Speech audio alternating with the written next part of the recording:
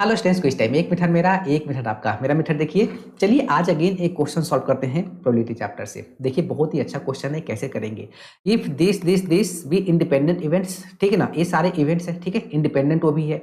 सच date आपके पास ये दे रखा है और आई का वैल्यू आपका 1 से लेकर 1006 तक है। Probability that none of the event occur with this, okay. और यहाँ से शायद अल्फा और बीटा का वैल्यू इवेल्युएट करना पड़ेगा और उसके बाद ऑप्शन मैच कराना पड़ेगा। और ये जो क्वेश्चन है मल्टी करेक्ट है। तो चलिए स्टार्ट करते हैं। तो सबसे पहले देखो, ये लिखा हुआ है, इसको लिखता हूं मैं।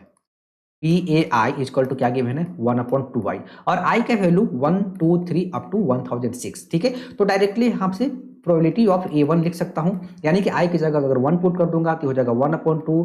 प्रोबेबिलिटी ऑफ यहाँ पे A2 which is equal to 1/4। Again हम लिखेंगे यहाँ पे this which is equal to हो जाएगा 1/6 एंड अप टू सोने चलता रहेगा। तो मैं डायरेक्ट A1006 का निकाल लेता हूँ, जो कि हो जाएगा 1/2012, राइट। ये हमने लिख लिया, ओके। अब जो निकालना है उस पर चलते हैं। Probability that none of the event occur, okay. तो यहाँ पे सबसे पहले इंडिपेंडेंट इवेंट्स का कुछ प्रॉपर्टीज होता है, उसको आपको जानना जरूरी है और मुझे ये लगता है कि आपको ये पता होगा। तो पहला ये है कि प्रोबेबिलिटी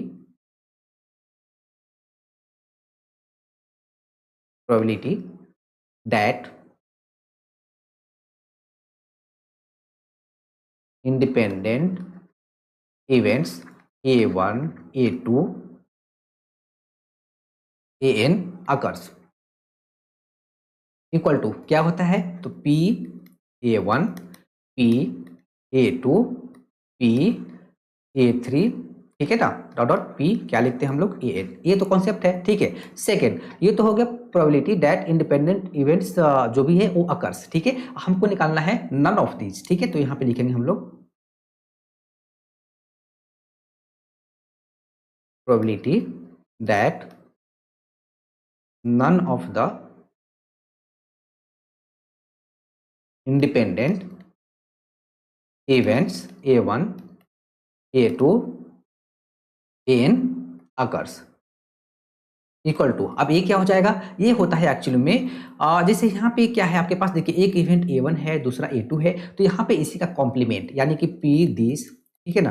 फिर हम लोग लिखेंगे दिस, फिर हम लोग लिखेंगे A3 दिस, ठीक है। डॉट डॉट डॉट क्या लिखते हैं हम लोग, P AN और यहाँ पे दिस, अच्छा ठीक है। और इसको हम लोग एक और लिख सकते हैं, यहाँ पे प्रोबेबिलिटी ऑफ A डैश यानी कि कॉम्प्लीमेंट ऑफ A, तो इसको लिखेंगे 1 माइनस PA। इसको ऐसे, ये भी आप एज रिजल्ट याद रख सकते हो। 1 माइनस यहाँ पे हो जाएगा दिस, राइट, ये हो जाएगा 1 माइनस यहाँ पे हो जाएगा प्रोबेबिलिटी ऑफ A3, ठीक है ना, दिस। एंड यहाँ पे मल्टीप्लीकेशन में लास्ट में 1 माइनस क्या हो जाएगा, प्रोबेबिलिटी ऑफ AN, राइट, ये हो गया मेरे पास, ठीक है। यहाँ पे आपको पता है ना कि probability of A and then plus probability of A dash, ये क्या होता है हमारे पास 1 होता है। ये भी आप नोट कर लेना, ठीक है। तो हमें क्या निकालना है, हमें निकालना है, निकालने के लिए कुछ ज़्यादा टफ नहीं है, क्योंकि देखो A1 A2 A3 सबका निकला हुआ है प्रोबेबिलिटी, ठीक है। बस वैल्यू में पुट कर देना है। तो आइए सेकंड रिजल्ट को लेकर चलते हैं। तो सेकंड रिजल्ट में क्या है मेरे पास, जो रिजल्ट है वो क्या है, 1 माइनस क्या है प्रोबेबिलिटी ऑफ A, ठीक है। फिर है 1 माइनस प्रोबेबिलिटी ऑफ क्या है, सॉरी A1 और यहाँ पे A2, ठीक है। एंड 1 माइनस यहाँ पे हम लोग लिखेंगे A3, ठीक है। अच्छा, ये तो रिजल्ट मैंने एन के लिए लिखा था। यहाँ पे जो एन का वैल्यू है क्या है 1006, क्योंकि हम लोग यहाँ पे देखो 1006 पे रुके हैं ना, तो एन का वैल्यू कितना हो गया 1006। तो यहाँ पे हो जाएगा कितना, डॉट डॉट चलेगा, 1 माइनस प्रोबेबिलिटी ऑफ ए कितना हो जाएगा 1006, ठीक है। क्योंकि एन का वैल्यू कितना था, एन का वैल्यू है 1006, राइट। बस वैल्यू तो पुट करना है। तो 1 माइनस ये कितना आ रहा था 1/2, क्योंकि 1/2 था, ये था 1 माइनस 1 में कितना 4, अरे हो जाएगा 1 माइनस 1 में कितना 6, ठीक है। इंटू 1 माइनस 1 में कितना हो जाएगा 1006, नहीं इसका वैल्यू क्या था, प्रोबेबिलिटी ऑफ दिस 2012, बिल्कुल करेक्ट 2012, यानी कि राइट, बीच में आपका इंटू है, ठीक है ना। तो अब इसको थोड़ा सा सिंप्लीफाई कर ले, कितना हो जाएगा 1/2 और ये हो जाएगा मेरे पास 3/4, ये हो जाएगा मेरे पास 5/6 और यहाँ पे अब चलते रहेगा 2011 डिवाइडेड बाई 2012। आंसर तो आ चुका है, लेकिन इसी आंसर को अब मुझे कुछ ये दे रखा है पीछे, उसमें कन्वर्ट करना है। ये भी बहुत इंपॉर्टेंट है कन्वर्ट करना। देखिए क्वेश्चन को हमें कैसे कैसे प्रोसीड करना है ना, ये जानना भी बहुत जरूरी है, और फाइनल आंसर तक पहुंचना ये तो सबसे ज्यादा जरूरी होता है। ठीक है, अब मुझे इस फॉर्मेट में लाना, तो देखो alpha factorial 2 to the power alpha, और यहाँ पे बीटा फैक्टोरियल का स्क्वायर, तो यहाँ पे स्क्वायर पे नोट करो, यहाँ पे अल्फा है तो यहाँ पे क्या होना चाहिए, अल्फा होना चाहिए 2 टू द पावर में। ओके, तो सबसे पहले ऊपर अल्फा फैक्टोरियल है, तो अल्फा फैक्टोरियल लाने के लिए मुझे सबसे पहले एक काम करना पड़ेगा।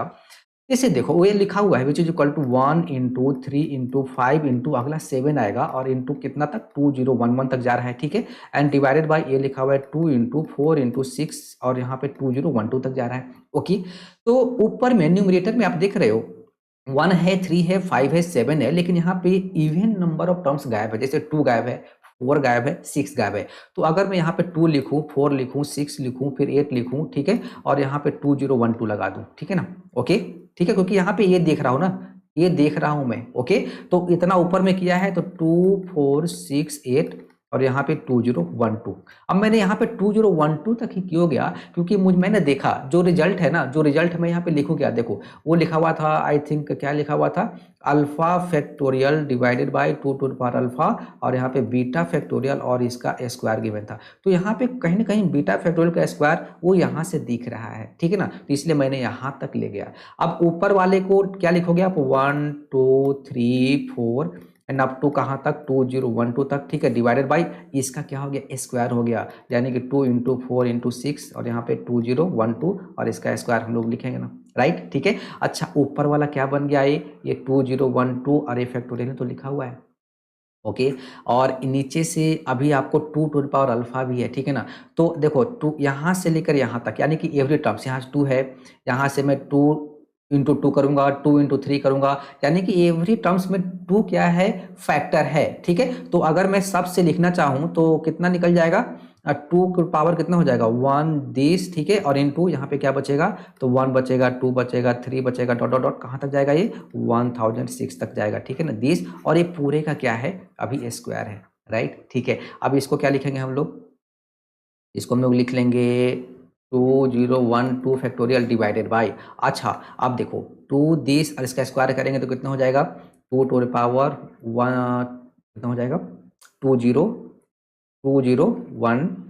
बिल्कुल करेक्ट। ठीक है, ये हो जाएगा ना, दिस का स्क्वायर करेंगे तो, और इसका स्क्वायर, यानी कि अच्छा ये कितना लिखा हुआ है, ये लिखा हुआ है आपके पास 1006 फैक्टोरियल, ये लिखा हुआ है 1006 फैक्टोरियल, और इसका क्या हो जाएगा, स्क्वायर हो गया। अब बिल्कुल करेक्ट आ गया ना, alpha factorial divided by 2 to the power alpha, और इंटू यहाँ पे बीटा फैक्टोरियल, इसका क्या, स्क्वायर। सो डायरेक्ट कंपेयर अगर करेंगे तो अल्फा का वैल्यू कितना आ जाएगा 2012, बीटा का वैल्यू कितना आ गया मेरे पास 1006, बिल्कुल करेक्ट हो गया ना। ठीक है, अब अल्फा मतलब अल्फा जो है बीटा का डबल है। ओके, तो अब ऑप्शन डायरेक्ट मैच करा लेते हैं, देख लेते हैं। Alpha is equal to 2012 and then beta is equal to 1006, तो अब ये सी बात है, अल्फा इजकल टू ट्वाइस, यानी कि ये करेक्ट हो गया, ये हमारे पास हट गया। Beta is not a prime number, अब ये सी बात है, बीटा इजकल टू 1006 है, इसका जो फैक्टर होगा वो 2 से ज़्यादा होगा, 2 डिस्टिंक्ट फैक्टर से ज़्यादा होगा, ठीक है ना, तो ये प्राइम नंबर तो नहीं है बिल्कुल। और beta Q is equal to 2 alpha, तो 2 alpha is equal to this, no ये भी नहीं होगा, बनेगा ही, बात ही नहीं बनेगा, मतलब बी और सी क्या हो गया हमारे पास, इसका करेक्ट ऑप्शन है। ओके, तो ये 2 रिजल्ट आपको क्या करना है, आपको याद रखना है। बस देखो कोई भी एग्जाम्स हो, कोई भी एग्जाम्स हो, मैं बोलता हूँ, चाहे जेई मेंस हो, जेई एडवांस हो, बिटसेट हो, एनडीए हो, डब्ल्यूबीजेई हो, या फिर प्राइवेट कॉलेज का जैसे वीआईटी हो, या फिर कोई भी एग्जाम्स हो, बिटसेट हो। ओके, तो आपको बस किन बातों का ध्यान रखना है, तो बस 3 बात। पहला कि जिस क्वेश्चन मतलब जिस चैप्टर का आप क्वेश्चन कर रहे हो उस चैप्टर का कॉन्सेप्ट क्लियर कर लो सबसे पहले अच्छे से। सेकंड, राइट अप्रोच, यानी कि किस स्टेप के साथ क्वेश्चन को लेके आगे बढ़े, ये सबसे ज्यादा इंपॉर्टेंट होता है, तभी जाकर रिजल्ट मेरा बहुत जल्द आएगा, आंसर मतलब जल्द आएगा। थर्ड, कैलकुलेशन एरर जितना कम होगा उतना जल्दी भी मेरा आंसर आएगा और ज्यादा से ज्यादा क्वेश्चन सॉल्व कर पाएंगे। ओके, बस इन 3 बातों का आप ध्यान रखिए। क्वेश्चन का लेवल अगर इंक्रीज कर जाता है तो एग्जाम टफ हो जाता है, क्वेश्चन का लेवल थोड़ा सा अगर डाउन रहता है तो एग्जाम्स ओके ओके रहता है। जैसे जेईई एडवांस बहुत टफ है क्योंकि वहाँ पे क्वेश्चन का लेवल बहुत अच्छा होता है, बट कॉन्सेप्ट थोड़ी ना अलग लगता है, कॉन्सेप्ट तो वही लगता है। तो हमें क्वेश्चन का लेवल भी इंक्रीज करना पड़ेगा। और ये जो 3 बात बताया मैंने आपको याद रखना है, ये कहाँ कैसे वर्क करेगा, तो नंबर ऑफ क्वेश्चंस पे प्रैक्टिस करने से ही ये वर्क करेगा, ठीक है। तो आपको नंबर ऑफ क्वेश्चंस पे प्रैक्टिस करना है। कोई एग्जाम्स ऐसा भी होता है जिसमें क्वेश्चन बहुत ज़्यादा होता है लेकिन क्वेश्चन का लेवल नहीं होता, लेकिन कम टाइम में ज़्यादा क्वेश्चन करना पड़ता है। जैसे मान लो कि 150 क्वेश्चन आपको करना है 1.5 घंटे में, तो हो गया ना ज़्यादा, 2 घंटे में तो हो गया ना ज़्यादा क्वेश्चन। तो वहाँ पे स्पीड भी मैटर करेगा, तो हमें स्पीड के साथ भी क्वेश्चन को सॉल्व करने आना चाहिए। और कैलकुलेशन अगर कम हो तो सबसे अच्छी बात यही है। तो इन सब बातों का ध्यान रख के ही आप प्रैक्टिस करते रहिए, और लार्ज नंबर ऑफ क्वेश्चंस पे प्रैक्टिस जरूरी है, तभी आपको बात बनेगा। आई होप ये क्वेश्चन आपको समझ में आ गया होगा। और आप बताइए ये क्वेश्चन कैसा लगा, और नेक्स्ट जो वीडियो बनाऊं वो किस चैप्टर से बनाऊं, आप बताइए। Thank you.